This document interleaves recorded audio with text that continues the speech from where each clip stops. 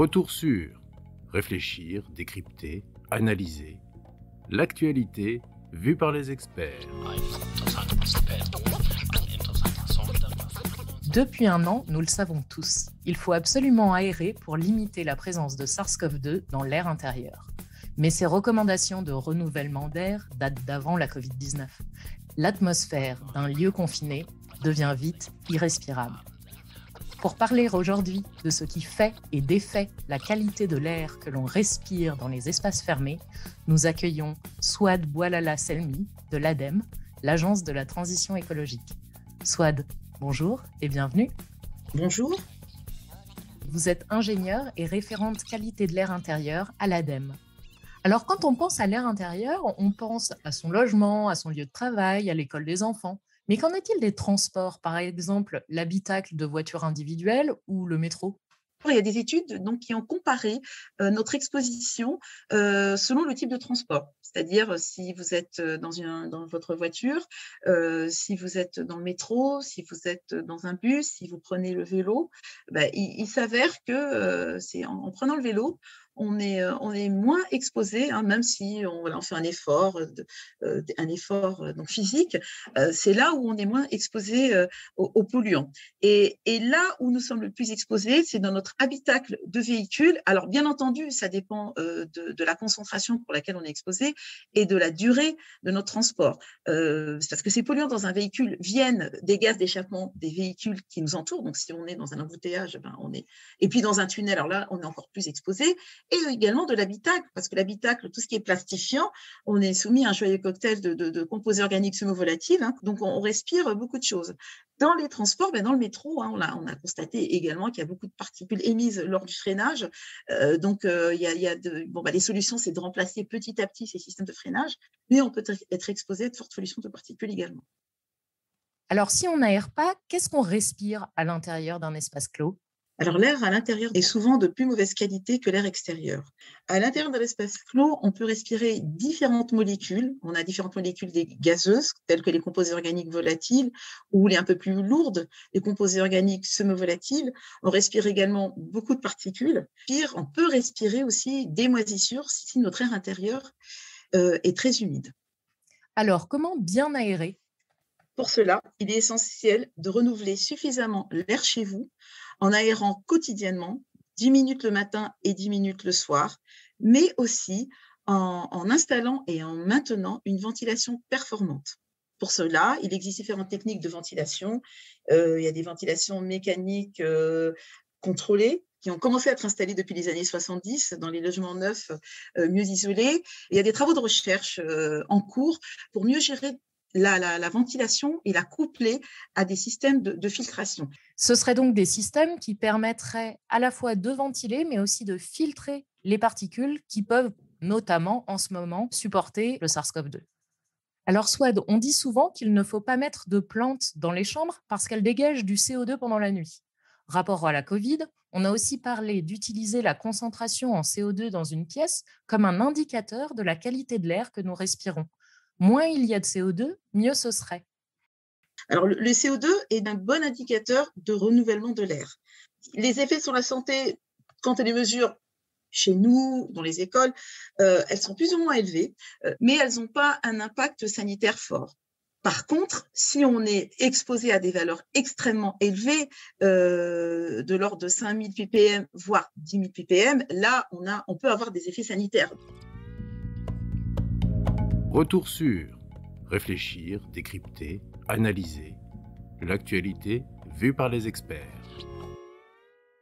Une concentration faible en CO2, ce serait combien ? Vous avez parlé de 5 000 ou 10 000. Ça, c'est dans des atmosphères professionnelles polluées, dans les ateliers, dans certains endroits. Donc, il y a une valeur réglementaire dans les milieux de travail. Au niveau du citoyen, de l'occupant, il y a une recommandation de l'OMS, l'Organisation mondiale de la santé, qui propose, qui édicte 1000 ppm de valeur limite en intérieur. En France, on tolère plus ou moins jusqu'à 1300 ppm. Donc, on mesure le CO2 avec des indicateurs, on en parle de plus en plus en ce moment, des indicateurs de CO2 qui sont de bons capteurs, qui fonctionnent très bien, qui mesurent à la fois d'autres températures d'ambiance, telles que la température, l'humidité, Et donc, il y a des capteurs qui sont vendus avec des différences de couleurs. Si vous changez, par exemple, à 1300 ppm, vous êtes dans le orange, et à 1700, vous êtes dans le rouge. Et ça indique d'ouvrir sa fenêtre pour faire baisser ce CO2 et donc, implicitement, améliorer le renouvellement de l'air. Donc, le CO2 peut être un indicateur de confinement et une alerte pour nous dire de renouveler l'air. Alors, Voilà. S'il n'est pas en soi une molécule nocive pour la santé, d'autres composés chimiques sont présents dans l'air intérieur. On pense bien sûr aux vapeurs d'eau de javel ou à la fumée de cigarette.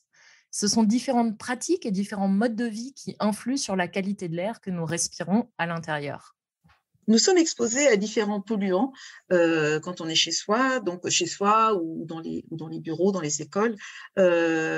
Donc, d'une part, on est exposé aux polluants de l'air extérieur, tels que les particules fines, les pollens, les oxydes d'azote émis par exemple par les véhicules, et éventuellement par le sol. Il peut y avoir des transferts sol-air, comme le radon, qui est un polluant naturel, radioactif, qui peut avoir un impact de cancer. C'est quand même la deuxième cause du cancer des poumons, qui se rencontre dans certaines zones en France, tout ce qui est zone granitique par exemple. À cela, on rajoute à d'autres polluants en interne, tels que les meubles, les produits de décoration, comme les moquettes, les peintures, et nos activités humaines. Quand on fait du bricolage, surtout la fumée de tabac. Là, on a un cocktail formidable de différents polluants. Puis quand on utilise des bougies, de l'encens ou des désodorisants, donc on est fortement soumis à différents composés, tels que les composés organiques volatiles, les composés organiques semi-volatiles, qui sont certains perturbateurs endocriniens que l'on rencontre dans tout ce qui est plastique souple. Alors, il y a des réglementations, je rassure quand même. Il y a des réglementations qui sont mises en place pour tout ce qui est produits de décoration, comme les peintures, les parquets, etc. Mais néanmoins, quand on multiplie les différentes sources, on les ajoute l'une avec l'autre. On peut être soumis, si on ne prend pas nos précautions, à un cocktail de différents polluants.